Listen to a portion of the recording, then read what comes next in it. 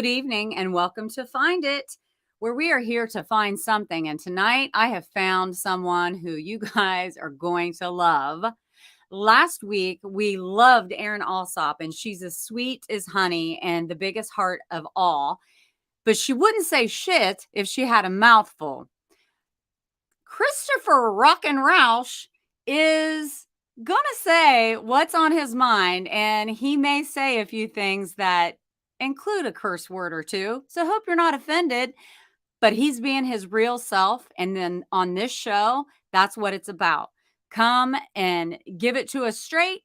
Let's learn something. Let's find something together. So Christopher Rausch is here, and he will be back with us to help motivate us and show us his authentic, big-hearted self right after this.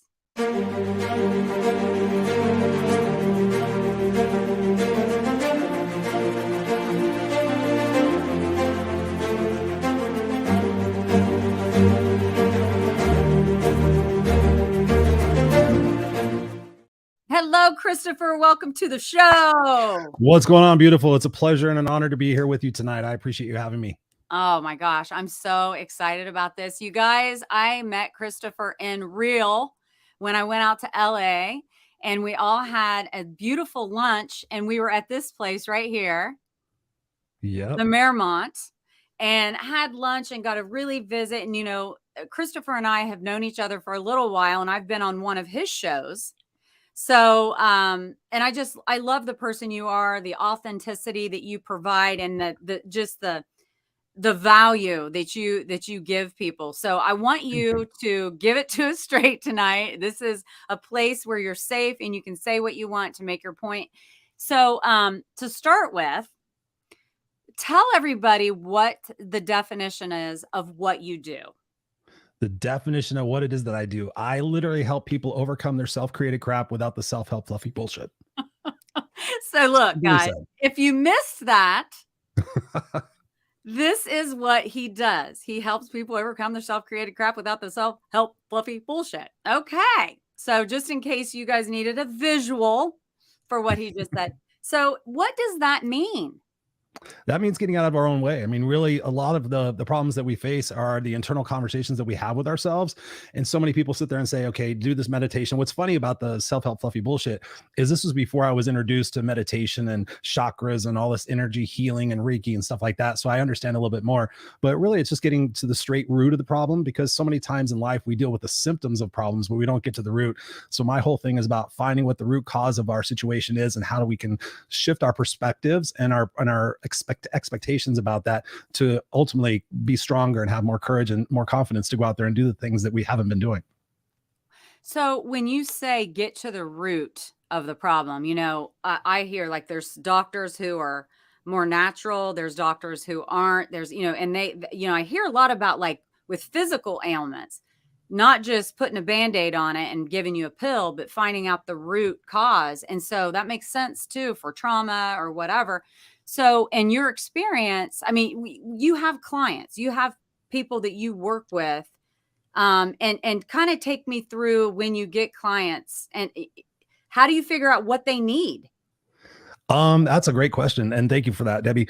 It runs across all of the different boards, but ultimately what it goes back to really is people want to have a sense of significance in their life, sense of love, appreciation, inclusion, things of that nature. So when we get to the root of that, that kind of dovetails out to, I want to lose weight. I want to make more money. I want this, I want that. That's all for that significance and that inclusion aspect of life.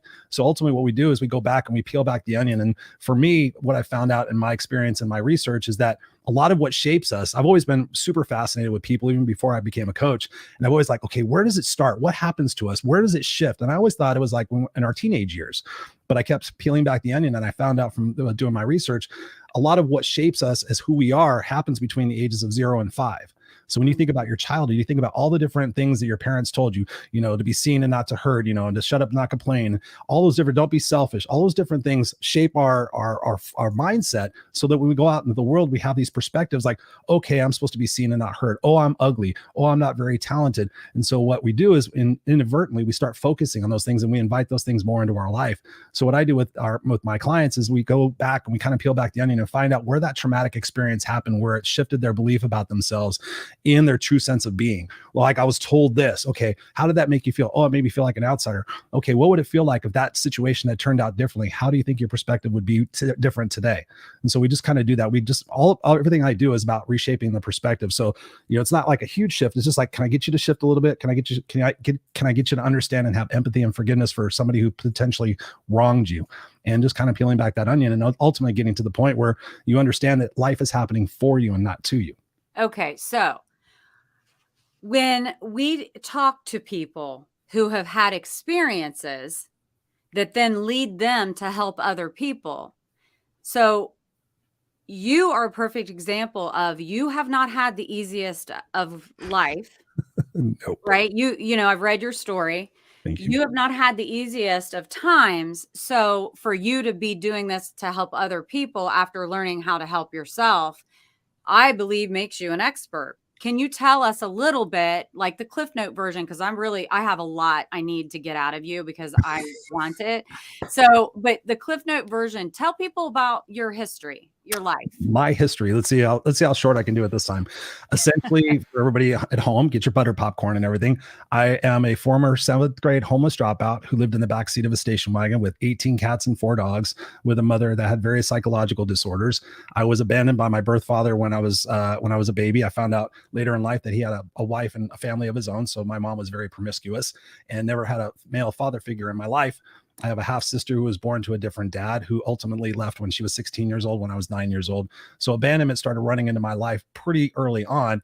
And then the physical and the mental abuse started coming with it, as well as my mom became more stressed. The physical violence against me became more and more regular, shall we say. And then also I was beaten by the kids on my block. I was beaten by the kids at school. I never really fit in. I always just wanted to fit in. And then ultimately on May 10th, 1982, I came home from school and found out that my mom spent all of their money on trying to save her favorite cat and ultimately didn't pay the rent. So we were forced to be homeless and living in the backseat of the station wagon, like I was saying. And so for the next 4 ensuing years, I experienced all sorts of things. I had a gun put to my head and was almost killed. I was carjacked. I tried to commit suicide twice. Unfortunately, I sucked at it. I had a whole host of different things that happened. And until ultimately one day when that gun was placed on my forehead, I looked at the guy and I said, if you're going to fucking pull the trigger, pull the trigger. And I closed my eyes and I thought I was going to be dead. And I thought, now my mom's going to figure out just how important I was to her life and it'll be all over. And fortunately, a friend came running out. I was staying at this trashy motel, and this guy came out of one of his rooms and he's like, no, him and his moms are cool. Him and his moms are cool. And ultimately I wound up knowing the guy was all over a pack of cigarettes. And I sat there and I looked at my life and I looked at the prostitution and the drugs and the cop cars that were coming in and out of this motel. Interestingly enough, right down the street from Disneyland, the happiest place on earth. Oh, man. And I thought, I'm going to get out of this situation in one of 3 ways. I was 17 years old at the time. I'm going to get out of it in a police car because I was doing bad things. I'm going to get out of it in a cardboard box because I was playing very dangerous with my life, doing drugs and alcohol and smarting off to people. Or get this, I'm going to have to take responsibility for my life at 17 years old and leave my mom in that situation. And above all else, Debbie, all I ever wanted was my mom's love, her appreciation, just to be known and to be respected as a part of the family instead of basically her whipping boy. And so God, source, universe, whatever you believe in, when you start entertaining things, I believe that those doors start to open to test you to see if you're really interested in doing that. So I had a couple of different jobs. I was 17 and I was doing telemarketing out of a guy's apartment in Huntington Beach here in Southern California, which sounds creepy, but we were setting roofing contractor appointments. And me and my buddy who lived at the motel also went to work one day. And the guy said, I've got good news and I've got bad news. And we're like, okay, what's the bad news? And he says, I'm moving the operations to Texas. And I'm like, okay, now we lost a job. It was a good paying job, decent. And I said, what's the good news? He goes, I know you guys are living in that motel. I know you've been homeless. He goes, I'd like to leave you my apartment. And that way you don't have to come up with the down payment or the deposit or anything else. I know how tough it is. And it was a beautiful 2-bedroom apartment in Huntington Beach, Surf City, California. And I'm like, oh my God, we could do this and we could do this. And then it dawned on me, oh yeah, I've got a mom who's codependent, who's not working. And I'm working these jobs just to be able to pay the weekly rent of $125. And so I thought about it and I'm like, you know what, maybe this time, and actually won the lottery during the time being homeless. My mom won $5,000 on a scratcher. We did not get an apartment. We did not do anything because we still had the animals. We had all these animals in one motel room. It's psychotic. And so I thought, you know what, if I go to my mom, maybe she might tell me, hey, Chris, I've screwed your life up enough. Why don't you go out there and take this opportunity? It's a great opportunity. Go live your life. Maybe you can get back into school. And I thought about it. And then ultimately I went to her and I said, hey, Mom, this opportunity came up. And of course, she called me every name in the book. How could you do this, to even think about doing this to me? What am I supposed to do? You're selfish. You're this, you're that. And ultimately, I had to make that decision to go, because otherwise I was going to wind up in jail or in a cardboard box or a pine box, whatever you call it. And so from that point forward, God Source Universe started putting other things into my path. And I met this gentleman named Bill White. He was the father of the girl I started dating after I got out of the homeless situation. And he looked at me one day and he says, Christopher, you thought about going back to school? And at this point, I was like, go back to school, go to high school? What are you kidding me? I'm like a grown man now. There's no way I could go back to high school with those kids. He goes, no, you could get this thing called a GED. And I was like, all right, wanting to impress him and still date his daughter. He was a president of a trucking company. I was long hair, smoking cigarettes, living in an apartment with 5 other guys to make the rent. And ultimately I went back and got my GED. It only took me 3 months, which was pretty amazing. I thought I was stupid my entire life. And ultimately I came back and I showed him the piece of paper. I'm like, there, I did it. And he's like, what about college? And I said, are you kidding me? Really? I'm like, no way. I've never even thought about college. Long story short, went up to the admissions desk at the Golden West Community College in Huntington Beach. And 12 years later, I walked out of University of Phoenix with a master's degree. And then from that point on, I've just spent my life dedicating it to making the world a better place for who I am and what I've done. Christopher, short version. How have you been able to release perhaps the guilt of leaving your mom? Because that was the right decision, in my opinion. Thank you. But how have you been able to release the guilt of the decisions that you've made that are good and bad? That's a great question. Actually, what I did leave her in the motel, but because I did feel that guilt and that responsibility, I went back there every single day. And if I had money, I gave it to her. If she ultimately found a job, so I actually would go there at night. She got a job at night. I would go there and sleep there at night to take care of the animals, so she wouldn't get caught. I did that for months on end. My girlfriend couldn't even believe I was doing this. But ultimately, I started having sympathy and empathy for her in her situation and her mental mindset. And ultimately later in life, I was thinking about it, and I was still pretty messed up. Like, how could you pick the cats? I mean, the cats ate first, the dogs ate first. She had her cigarettes, she had her beer, and then whatever was left, we got food. And that's not a joke. And so I had this animosity towards her. I'm like, Mom, we won $5,000. We could have gotten an apartment. I could have gone back to school. My life could have been better, et cetera, et cetera. But ultimately I sat there and I thought, Debbie, if I had gone, would I be like her if I had gone through all the situations that she went through? She was abused by her mother. Her parents divorced at 4. She always said she was 4 years old. And so I started putting the pieces of the puzzle together. I'm like, 4 years old, da, da, da, da. I'm like, would I be like her if I went through her experiences? And the answer is yes. And so I thought about it. It doesn't make it right or wrong. She did the best she could with what she had in her mental capacity. Sometimes I still have a challenge with that. But ultimately, when I had forgiveness for her, it released a lot of the pain and the anguish that I had inside my heart towards that resentment. It's like everything happened for me. And to this day, I can sit there and look at it. I'm writing my book right now, the life story of all of this. And I can look back at it and see that all of those things were shaping me to be the person that I am today. And Christopher, do you feel like, when you hear the whole story, they say you should surround yourself around people who you really would like to be like, and that you look up to, and that all of these things. It sounds like to me, with the Cliff Note version, that the biggest shift in your life not only was getting that first job and getting the opportunity to have this apartment, but the girlfriend. Yeah. Oh, yes. Because she was a great girl and a great family, it sounds like. And having someone in your life that cares enough to try to encourage you to go back to school, to, to get that GED and then to move forward, because he obviously saw something in you and knew that you could do it.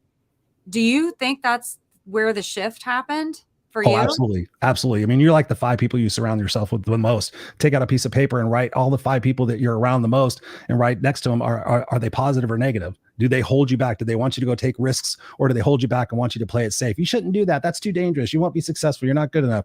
You need to be around the 5 people that will sit there and say, yeah, that might be dangerous, but go for it, because you're here to live your life, not exist in life. And so many people are playing that someday game. Oh, someday when this is this and that's that, then I'll go do this. But we know that life is not guaranteed. We know that we have people in our lives every single day that drop dead, and we're like, oh my God, that could happen to me. And so ultimately, being in the proximity of Bill White, and what's funny is just this weekend, I was going through some old pictures, and I don't know if you saw it on my Instagram. I posted a picture of me in a tuxedo. I was taking that girl to her prom. I went to her high school prom. And it's crazy because I sent her a picture of it and I said, hey, Tammy, we're still best friends. We actually ultimately got married. We were married for 5 years, still great friends to this day. She knows my wife. And I sent her a picture and I said, I just can't thank you and your family enough, because I probably wouldn't be where I'm at if it had not been for you guys. And for his belief in me and not looking at me and saying, oh, you're a biker, you know, this, that, and the other thing, you're a piece of trash. He said, he looked inside of me and he gave me that belief that I never had before. And so when he said you could go to school, I was like, I thought I was stupid. I literally did poor in school because I had bad eyesight and I had bad hearing. The teachers would pick on me. So I never raised my hand anymore. I never signed up for any sports. There was one time where I was at the PE, on the recess, and somebody said, oh, you want to play baseball? I'm like, yeah. And they said, what position do you play? And I said, I play batter. And all the kids erupted in laughter. And that was probably the last time I ever volunteered to say anything in front of anybody. So it's pretty incredible that I spend my career now speaking in front of thousands of people on stage and hosting 2 podcast shows myself. But I had to overcome that. But to your point, yes, when you have the right people in your life, it's incredible what it is that you can accomplish. So proximity to the people who are brighter and smarter than you is absolutely critical for your success. Ooh, that's so true. So when we look at people and we admire them, and that's also a talent and a gift to be confident enough in yourself to look at someone who is doing what you want to do and not be envious, have jealousy or resentment toward them, but to appreciate them and try to learn from them and be the best we can be. Yes. Which is something I believe There it wholeheartedly is. that you do. There Yeah. is me. And the truth be told, I had done acid the night before. I never did acid before, but my friends told me if I did, I never knew how to dance. And so she was like nearly like the prom queen kind of thing. She was super popular. So my friends convinced me to do acid and took me to a dance club and thinking that would relax me to do dancing. And I'd never done it before. So there is me. I accidentally shaved off my facial hair because I was so high, and went to the prom and made it through with all the flashing lights and everything else. But yeah, that's my former girlfriend and an amazing woman in my life. And my wife knows that too. So she's just been instrumental. Right. And I'm sure your wife probably appreciates her because, it helped you get on the right path and then ultimately meet your wife today. Yeah. Everything happens for a reason. That's true. And if we look at it that way, but that, it's mindset. So when you work with clients and they're hung up on something, so let's say the audience members listening today, they've had trauma, they've had something bad happen in their life. They've, I don't know. And it's more than just a session of this podcast. It's something that they can contact you. His stuff has been scrolling along, but what's the first step, or what is a success story with someone that you have kind of like broken open that exterior and got inside, and then they have an aha moment, like, this is who I am. This is what I need to heal. Give me an example of how you work with someone to draw that out. Sure. You gave us some ideas earlier, but yeah, no, actually, I'll tell you the story that I alluded to before before, I think it was like during COVID or beginning of COVID, I do these walk and talk videos where I just throw my phone up and I just start talking about whatever's on my mind, stream of consciousness about, if I'm struggling with something, I know somebody else is. And so periodically I offer people a complimentary coaching session with me, just as my way of paying it forward. If they become a client, great. If not, if I help somebody and that person goes and helps somebody else, then great. And so I had a 69-year-old woman hit me up. She says, I've watched you for a while and I'm scared to death of you, but here's my situation. My husband passed away 13 years ago. I've been widowed. My family doesn't want me to date anybody else. My church doesn't want me to do anything. She lives in the rural South. And ultimately she says, I want to have a relationship again. I want to go live my life, but I feel like I can't. And I said, so do you think that you're a victim, or do you think of yourself as a victor? That's one of the delineations. Do you think you're a victim of your past, or can you be victorious over that past and realize that it's happened to prepare you for who you are at this exact moment? Mm-hmm. And she said, yes, I can see that. And I said, okay, next question is, and we could talk about this also. I said, do you love yourself? Yes or no? And she struggled with answering that question. I said, so let's build the foundation back up of you understanding, liking, and respecting and loving yourself from that point forward. And then if you're willing and ready to do it, let's get you out there on the dating scene. Long story short, we wound up working through a lot of our limiting beliefs. She shared with me, I get people telling me all sorts of stuff because everybody says, like, I feel like I could tell you anything. And that's honestly, Debbie, I pride myself on trust, integrity, honesty, highly. And so she had told me something she had only told one other person before, that she had been victimized by somebody in the church when she was 12 years old, and she had never told her family or anybody else. And I asked her a simple question. I said, how would you feel if you were able to share that and not feel like anybody was going to judge you or think it was your fault? And she said, oh my God, I would feel so amazing. And I said, okay, hold that in your mind, in your mind's eye, because that's something I want you to work on. I want you to work on considering telling your family and letting them know the situation that you've been in, because as you do, I'm sure you're going to find there's going to be more support than any type of judgment you could ever imagine. But what you've built in your head through those conversations in your head is what's killing you.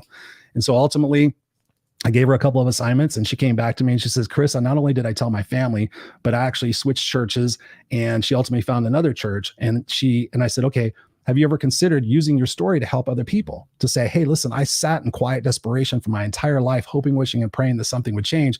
Would you be ever willing to consider telling your story? And she says, I don't think so, Chris. I'm just not that kind of person. Long story short, after some exercises and things, she came back to me a week later and she says, actually, I talked to my new pastor at my church and said the situation and told him what was going on. And he understood. And he said, if you ever want to, and you want to share your story, by all means, you have the floor at the church. And I said, can you imagine like where you were just in your mindset before of not wanting to tell anybody, to standing in front of an entire church and saying, hey, this is where I've been and this is where I'm going. And she says, you know what? I kind of can. And I said, okay, well, just consider it. I don't want to push you. Sure enough, she took the bull by the horns and came back to me the following week and said, Chris, guess what I did? And I said, what did you do? And she goes, I stood in front of my church. And I said, how did that feel? She goes, it felt like I just let go of like 10 suitcases of bricks. Wow. And I said, oh man, I said, that's where the juice is.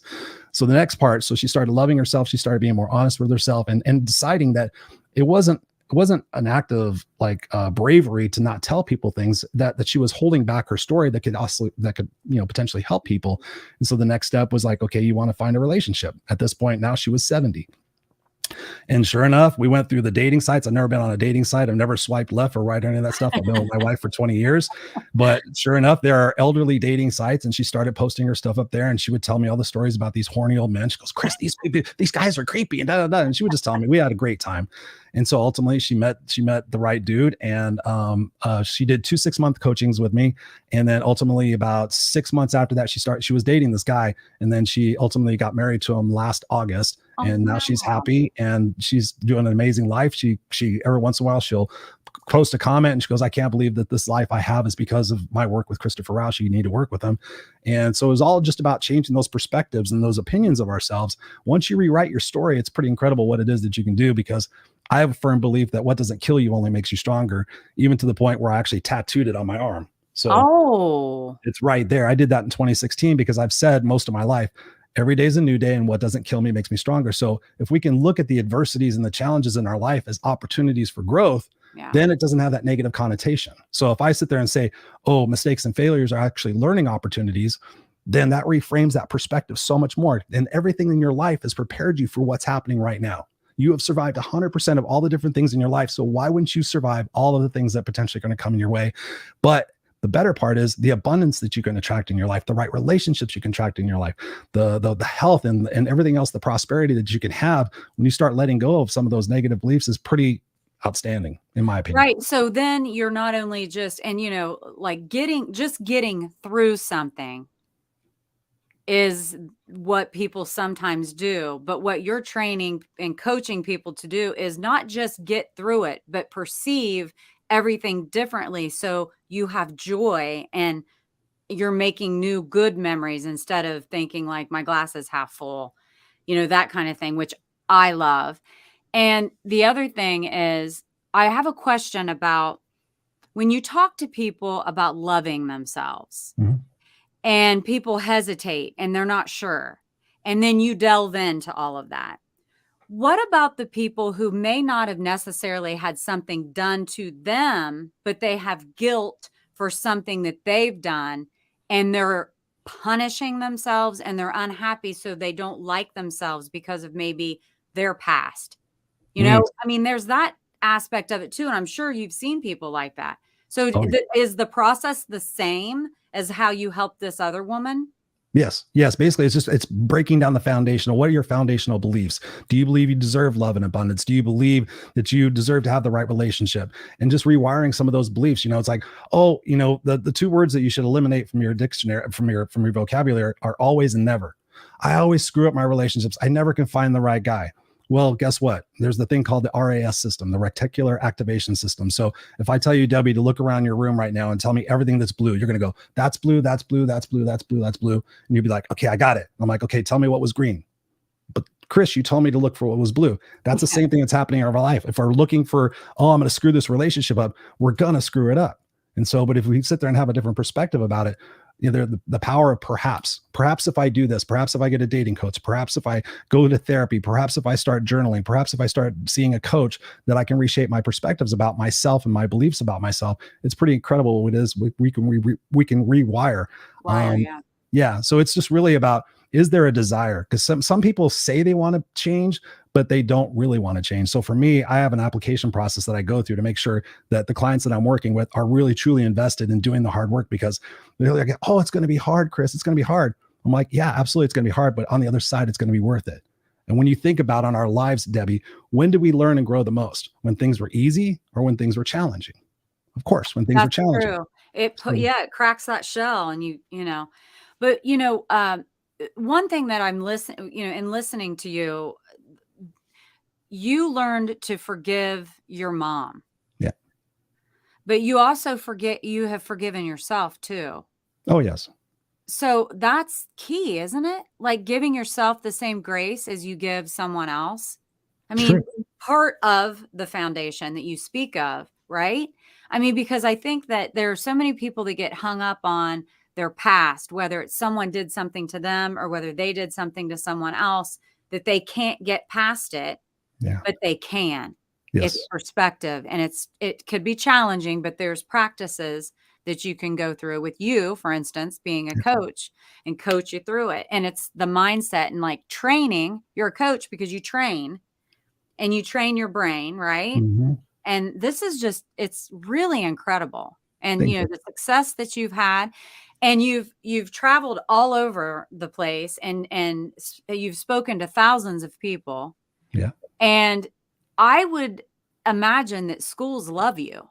Yep. Because kids what kind of, can you give us any examples for our listeners who may have an acting out teenager?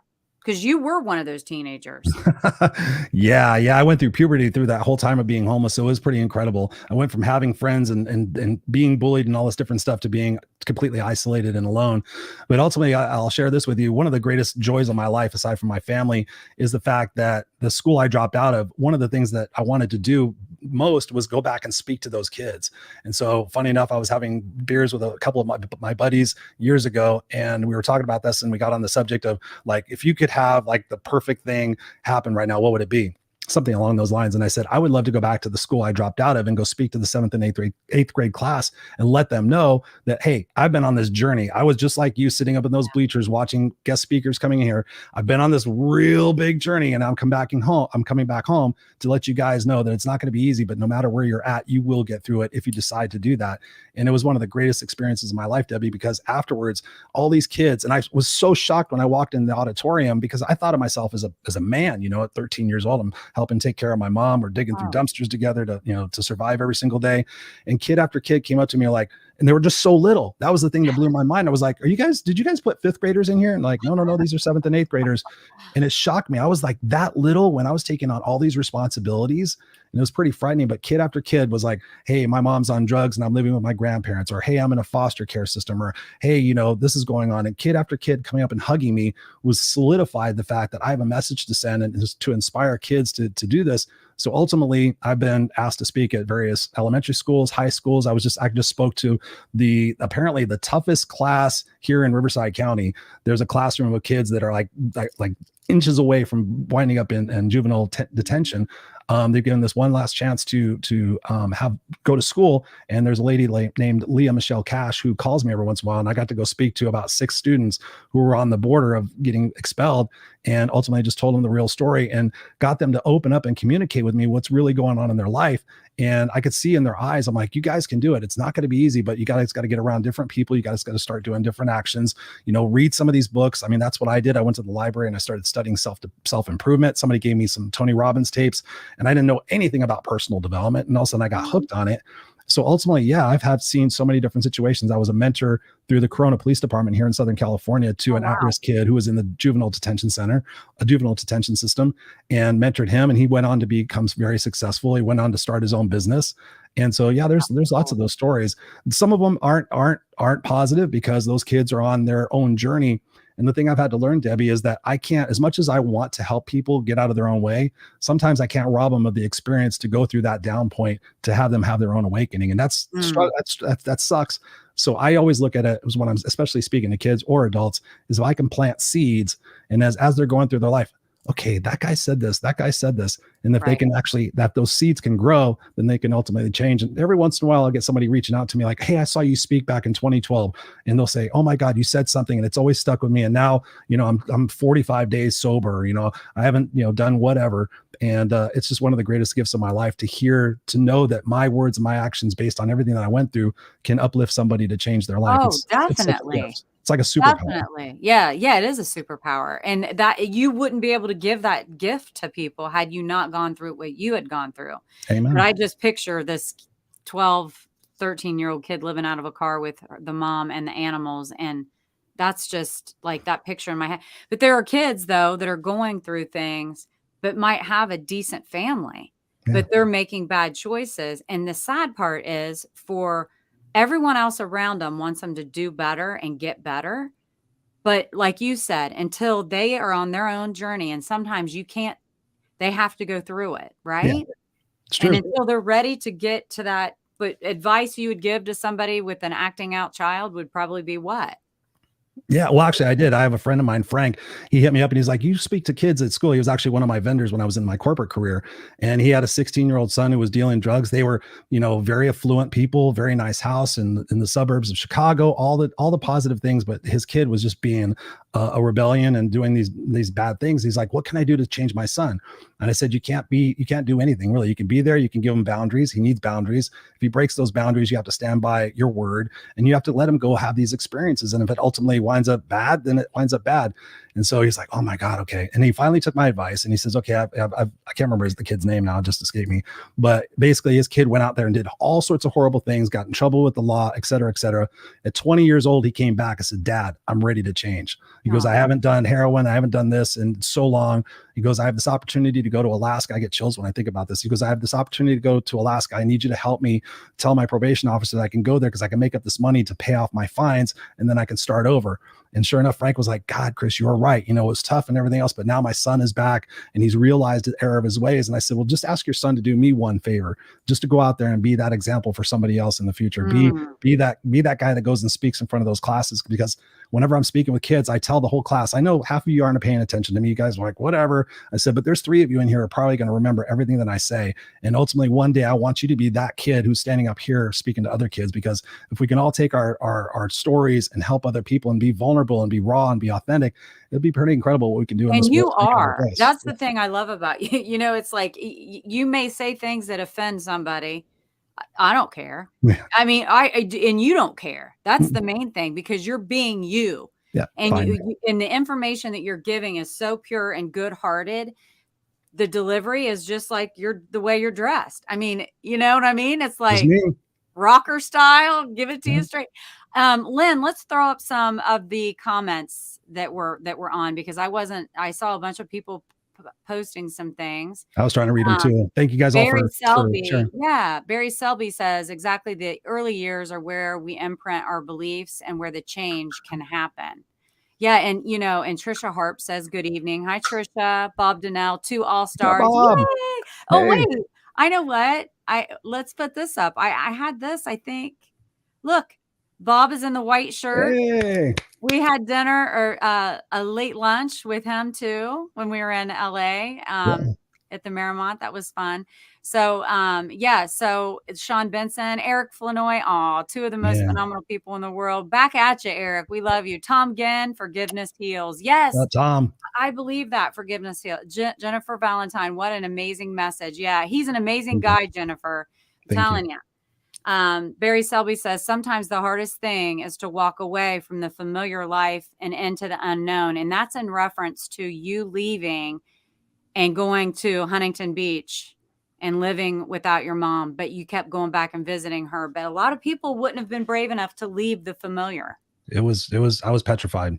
No joke. but I had to do it. I was at that point, that crossroads where, I just took that leap. And I've asked people, the same thing, like, what would it feel like if you take that leap and it actually works out for yourself? Because so many times we write that story that it's not going to work. It hasn't worked in the past. I'm like, well, what can we do differently? If you change what it is that you do, Dr. Wayne Dyer has a great quote: when you change the way you look at things, the things you look at begin to change. And so when you Say start that again, I love that quote. When you change the way you look at things, the things you look at begin to change. Yeah. And it's, again, that just little shift. Like, what would it feel like if I didn't have this negative belief about myself? What would you be able to accomplish if you didn't think that about yourself anymore? Oh my God, Chris, I'd be okay. What is it going to take for us to switch that belief? Yeah, Did you take ownership of what your teacher said and called you stupid? If you took ownership for that, then you own that. And that's where that direct like coaching comes from. Yes. It's like, you own that. You had to rewrite that story about yourself. You can't sit there and hold that teacher accountable. That teacher was just doing the best that they could. Back in the day, they didn't have any emotional intelligence training and things of that nature. And so we think about all those inputs and we rewrite those things. We change what it is that we look at, and those attitudes and those feelings start to change our actions. And as we do that, we realize it's not easy, but we get more confident and more resilient to be able to tackle more things. And then you realize that, okay, whatever's going to happen, if I have the attitude, like when the next challenge arises, instead of looking at like, oh God, why me? Look at it as like, what do I have to learn from this? What lessons am I here to learn through this experience? How can I learn this? And then more importantly, how can I go share it with somebody else that they don't potentially have to go through the same thing? It gives meaning and purpose to everything that we're doing. It's not easy, and but it probably helps reinforce, when you say something out loud and help someone else, it also continues to reinforce that training for yourself, right? Your own mind. Trudy Temke said that life is not happening to you, it's happening through you. Love it. And so that's another way of putting it too, because, you're living through, and you're showing people through yourself. So that's good, Trudy. Thank you, Trudy. Also like, you work out, you build muscles. And if you stopped working out and you stopped lifting weights, what would happen to your muscles? They would go away. Yeah. So just like the constant practice of mindset and reminding yourself of the things that you've just told us is so powerful, Christopher. It is so powerful just to continue to remind ourselves that, we're going through things and it's our perspective of it. And I love everything that you've said. You made a comment. Look, Eric, kicking Heine and taking names. My guy, what's up, Eric. Thank you, brother. I appreciate it. Get, baby. Yes. Yes. Love Christopher rocks. Love this. We love you too, Barry. But I saw a message. I don't know if it was today. You were in the gym today. You sometimes will get on social media because you're selling your brand, right? You are who you are, and you show things, and you're vulnerable. But like you said, you went to the gym today. You got some back issues. You've got a rod, and right? But 3 rods and 6 screws. And you said, I tried to swipe it. Len and I were trying to steal it so we could show people. Oh, my little reel that I do when I leave the gym. Yeah. The reel that you do today in particular, I was like, oh man, I'm going to show this, but Doing I your have best. you. So you can tell everybody what you said about, you might not feel like, you might want to lose weight and but you say you can't, but you can, you just tell us, tell us. I mean, essentially, you just got to put one foot in front of the other. It's like I tell people, like, oh, I don't have time to do this. I don't have time to do that. I'm like, okay, so you don't have time to take care of your health, but you're going to have time later in life to take, 13 medications and go to multiple doctor's visits because now you have type 2 diabetes. Or do you have the time now? It's all about what it is that we design as our priority. And the priority is that we have to take care of ourselves first and foremost. And we have to get out of the way. One of the biggest excuses I hear is like, Chris, I just didn't feel like it. I just don't feel like it. I'm like, you don't feel like doing that, but do you feel like having the result? Yeah. Okay. Well, that's why some people don't have things and other people do, because they do what it's necessary to have what most people don't. And so you just have to get up and sit there and say, okay, I'm going to go to the gym. I'm not going to be able to do my greatest workout ever. But if I go there and I do some stretching and I do some light reps and I do some light weights and I work on the parts of my body that are strong, then it might be probable that the rest of my body will get strong too. And as I go and continue to do that compound interest will continue to strengthen upon itself. Absolutely. So it's ultimately about what is your best, because people say I'm doing the best I can. And I've had so many conversations about this on my shows. I've asked people like, what is your definition of your best? Because think about it. Like I said to myself years ago, probably about 7 or 8 years ago, I came home from work and I said, I did the best I could. And I stopped myself and I said, Chris, was that your best? And so I started thinking about it. And I've had coaching clients that have come to me and I tell them what I charge and everything, like, oh God, if I had that kind of money, I wouldn't need you. I'm like, okay, so let me ask you a question. If you had, if I asked you to get $10,000 in 7 days and it can't be illegal, immoral, or unethical, could you do it? Inevitably, people are like, oh my God, Chris, what are you saying? If I had $10,000, blah, blah, blah. I'm like, okay, tell me about the person you love most in your life. And invariably, most people have kids. And I'm like, oh, my daughter. I'm like, okay, how old's your daughter? I just did this a couple of weeks ago. Megan. I'm like, okay, Megan's 4 years old. Okay, Megan's 4 years old. I said, how much do you love Megan on a scale of 1 to 10? 10 being absolute, you would jump in front of a bullet for your daughter. I would do that in a nanosecond. That's okay. I'm going to go dark here because sometimes I have to go dark to get people to realize things, because sometimes we have to hit bottom. So I said, you come home from work tomorrow, you walk in the door and there's a guy that has a gun to your daughter's head and says, hey lady, I need $10,000. It can't be illegal, immoral, or unethical. I said, do you find a way in the 7 days to find $10,000? Yes or no? Yeah, they don't want to say it, but I'm like, yes. I'm like, okay, what shifted? The amount of leverage that you have in the situation to take that action. So Yeah. ultimately you would go out there and you would mow lawns, you would sell your TV. Your TV is not as important as your daughter. So what is the priority? But so many people are trying to hang on to everything else that they're not devoting themselves to doing their best. So your best involves blood, sweat, and tears. Your best involves doing things that you don't feel like doing. But once you get out of your way and you start doing it, it becomes routine nature. It's like you can't not stop being unstoppable once you get there. Oh, wow. That's so true. And, like with you having a rod in your back, but there's a lot of times I'm sure you don't feel like working out because you're in No. pain, but you go through at least some days, like you said, just go get there, go through the motions. You might not be able to give it your all, but you're there. You're putting the Yes. effort in. I love everything that you said. And the fact too, that, that's why people have things and some people don't. Mm-hmm. It's the people who go ahead and do the extra when they don't feel like it, that they excel or they have things or it's the truth. We can't envy or be jealous of somebody else that's working their ass off, No. you How know? bad do you want it? How bad do you want it on a scale of 1 to 10? You can't say number 7. 7 is always like a safe number. Like I kind of want it, but I don't want it as bad.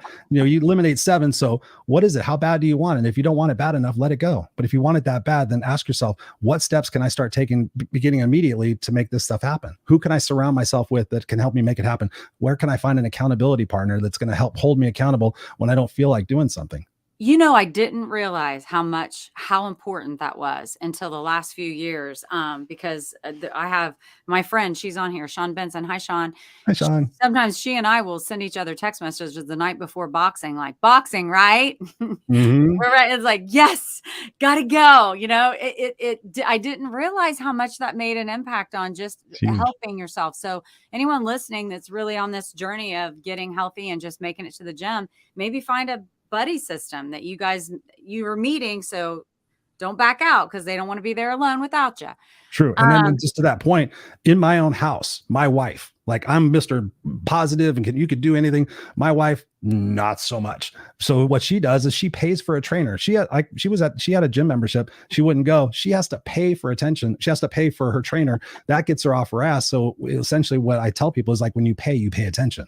So make that investment. If go get a trainer, right? that's Go true. sell something, go get a side hustle, go Yeah. do something, pay for a trainer. And then think about it. When you start taking better care of yourself, you start looking better. You know this. Wow, you have a little bit more confidence, you have a little more swagger. What else can I go do? It just becomes this like not an addiction, but it becomes like, what else Yeah. can I take on next? Like for me to Yeah. speak in front of people and speak in front of thousands of people, I would have never thought in a million years that I would be able to do that as that scared little shy boy who thought he was stupid and shouldn't say anything in fear of getting his ass kicked, to being like this.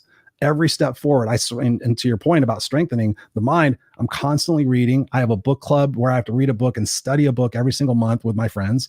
So every Monday we're talking about what's going on. The body keeps score, whatever it might be. We're doing that. I'm listening to audiobooks. I'm watching YouTube videos. I'm watching TEDx talks. Even for me, people tell me like, oh, Chris, it must be nice to you. You're so energetic and you got it all figured out and you're always so happy. I'm like, you see me for a minute. You don't see me the other 23 hours of the day. Truth be told, I'll tell your viewers this. I struggle with anxiety. I deal with anxiety. I don't struggle with it. I deal with anxiety. I deal with sometimes borderline depression. Like I'll wake up and I'll just have this funky feeling about myself. And so what I immediately do is I go to gratitude. I'm like, what am I grateful for right now? And then I set the intention for what it is that I can do in that day, in that moment, Yeah. to live my legacy. And I'll tell you the story for the viewers. This is very, very powerful for me. Back in All right. 2008, Pay attention. I'm into it. back in 2008, I was super successful on paper. I made great money, had everything, the master's degree and all that other stuff. And I was speaking and coaching. And so I went to a funeral for one of my coworkers and I knew her. I didn't know her I didn't like hang out with her or anything, but I knew her and she was a beautiful person. I wanted to go pay my respects. And as usual, I was sitting in the back of the church. I was sitting in the back of school as I usually did, sitting in the back of the church. And I started recognizing how many people were going up and saying these beautiful things about what Anne did. Oh, she did this. She did this. We found out sometimes we'd have these little trinkets on our desk in the morning and we thought it was HR doing, the human resources department. It was Anne. She would go buy these things at the dollar store and she would go distribute them to people. And so person after person, then my friend Dave Riley got up there and started blubbering about how much he appreciated her. He worked in the same department. And so honestly, Debbie, I sat back and I thought, if I died tomorrow, who would show up and what would they say? I was in my early 30s, successful, just got my master's degree. I just bought my first house all in the same year. And I thought 10 or 15 people will show up. They'll bring cases of Miller Genuine Draft and bottles of Jack Daniels and Bon Jovi and Motley Crue records. And they will spend most of the time at my funeral talking about all the stupid shit Chris did. Remember that time when he was drunk? Remember that girl he chased? Remember this thing? Remember when he did that? Remember when he passed out? Oh yeah. And then the footnote would be, oh yeah, he was a homeless guy that went on to change the world. And I thought, is that really what my legacy is going to be? So I was driving home and it was still bugging me. I'm like, how can I turn this into leverage? How can I turn this into a tool? So I went home, God's honest truth, as much as we don't want to do it, the second biggest fear is dying. I went and wrote my eulogy, which is something I have my coaching clients do. When you want to have a big enough why, you have a big enough how. And so I wrote it out and I was like, Christopher Rausch will be remembered and blah, blah, blah, blah. And I got to this part where I said, I will have risked for which that mattered. Christopher Rausch will have risked for which that mattered. He will have left the earth a better place for who he was. Wait a minute. He will have risked for which that mattered. And essentially he would have made the world a better place for who he was and what he did. And I went up and I put everything down and I went to my kitchen, got a glass of water and I came back and I thought I went to go read it. And I'm like, no, I'm going to read it like out loud, like if I was at a church. And so I started reading it and halfway down the page, I started having these water droplets coming out of my eyes. And I was like, oh my God, I'm getting all choked up because this is the legacy that I'm supposed to leave.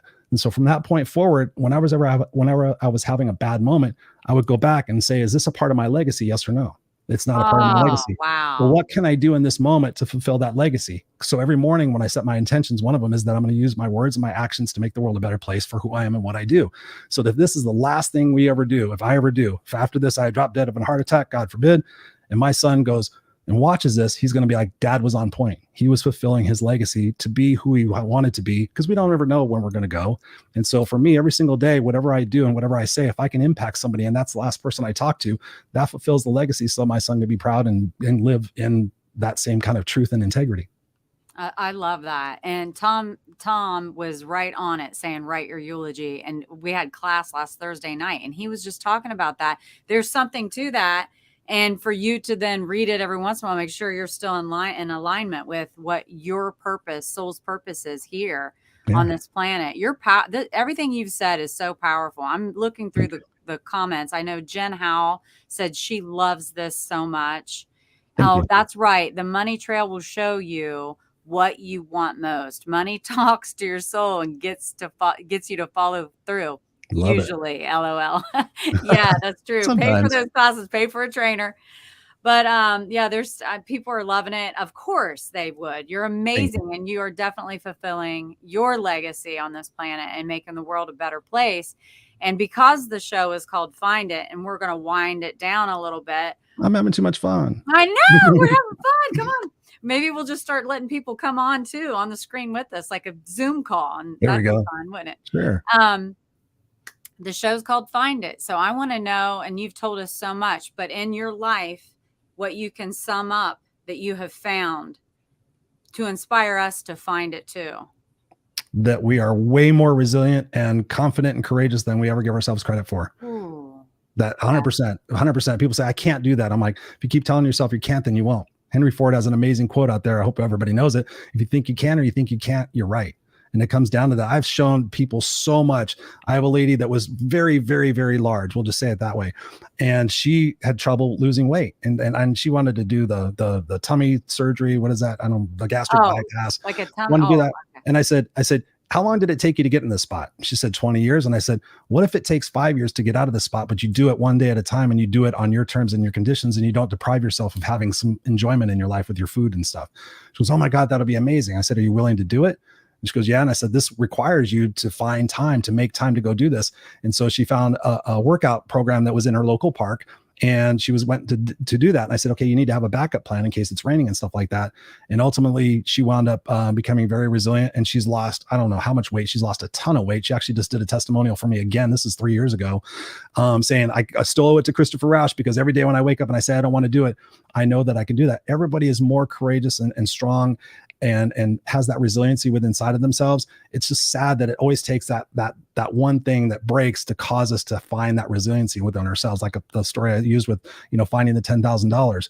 We all have that within ourselves. It's just a matter of getting out of our own way and saying, yeah, it's going to be uncomfortable. It's going to be awkward. It's going to be ugly. It's going to be tough. It's going to be all those things. But on the other side, it's going to be so worth it. It's going to be so worth it. And it's going to be so much better because you put that blood, sweat, and tears into that to make it happen. I'm helping somebody who had never done videos before. She said, everybody's going to video. She goes, I'm scared to death of doing it on video. And I said, why are you so scared to death? She goes, well, I'm afraid that people are going to judge me and da, da, da. I said, guess what? They are. Everybody's going to judge you. People are judging me right now.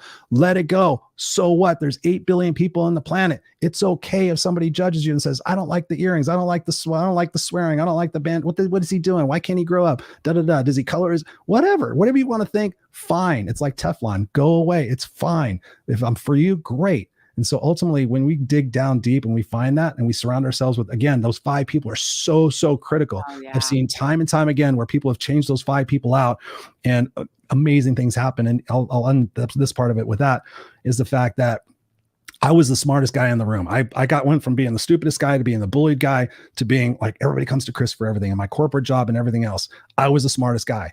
And then I was like complacent and stagnant. And then I said, okay, I'm going to invest in this mastermind. A mastermind opportunity came up for me in 2013.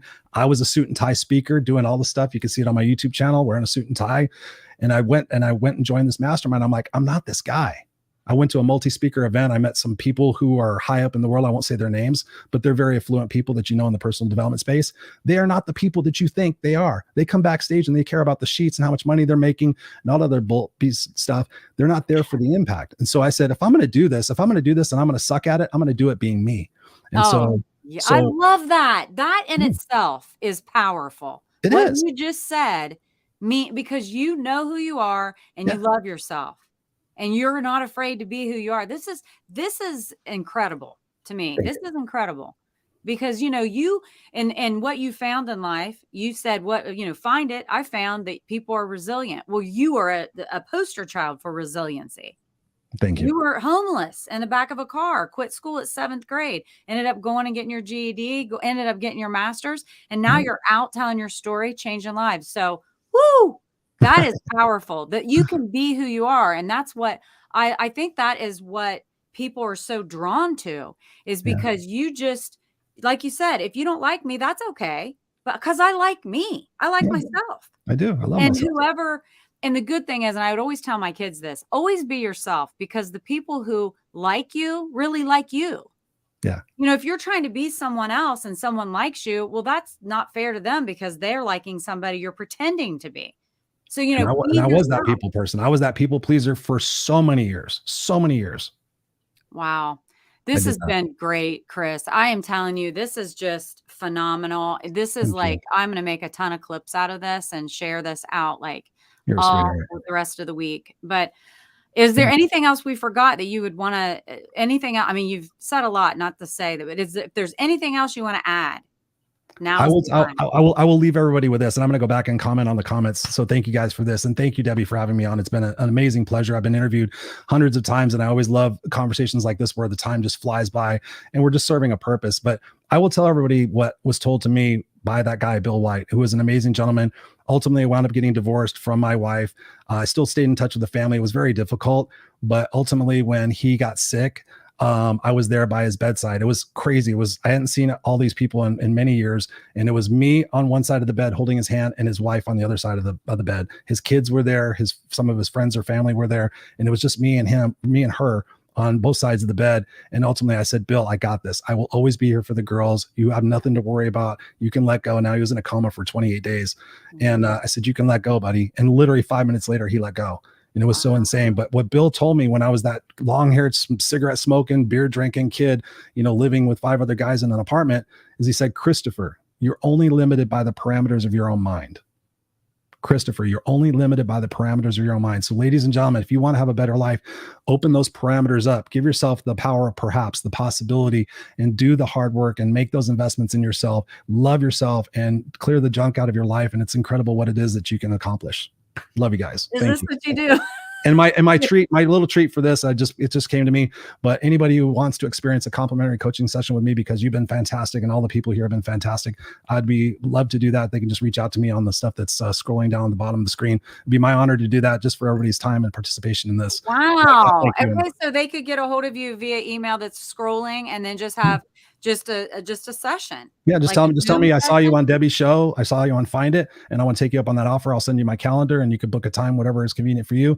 We'll have a session. I promise I don't sell anybody. That's probably one of the biggest things my coach tells me, because I have a coach. I have the great Sally Anderson, phenomenal coach.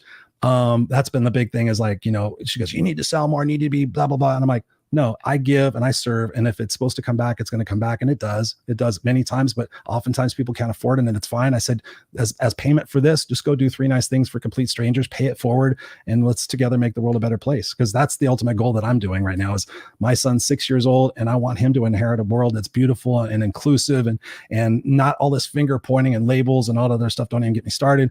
That we have a beautiful world where everybody has an opportunity and we all lift each other up. So yes. Oh, that is incredible. Thank you for that. I'm going to take you up on it. I'm going to have a Zoom with you. Let you dive into the what's going on all in here.